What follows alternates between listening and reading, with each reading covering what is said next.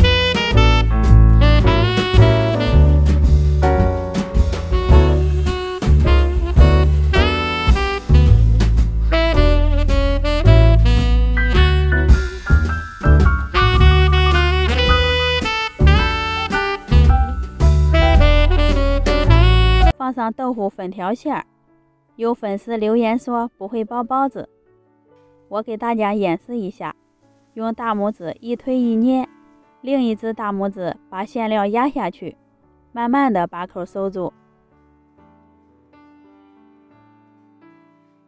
包好以后放在蒸笼里，一定要2次醒花，醒上10到15分钟。醒好的生胚托起来轻飘飘的，包子褶也变浅了。生胚醒好了，蒸出来的包子才会松软。水开后计时，蒸上15分钟。关火以后焖上3分钟，再开盖，防止包子遇到冷气回缩。这样蒸的包子蓬松暄软，豆腐丁吃着很有嚼劲儿，搭配上韭菜混条做的馅儿，鲜香美味，一点也不油腻，没放肉也能吃几个。喜欢的朋友可以试一下，我们下期见。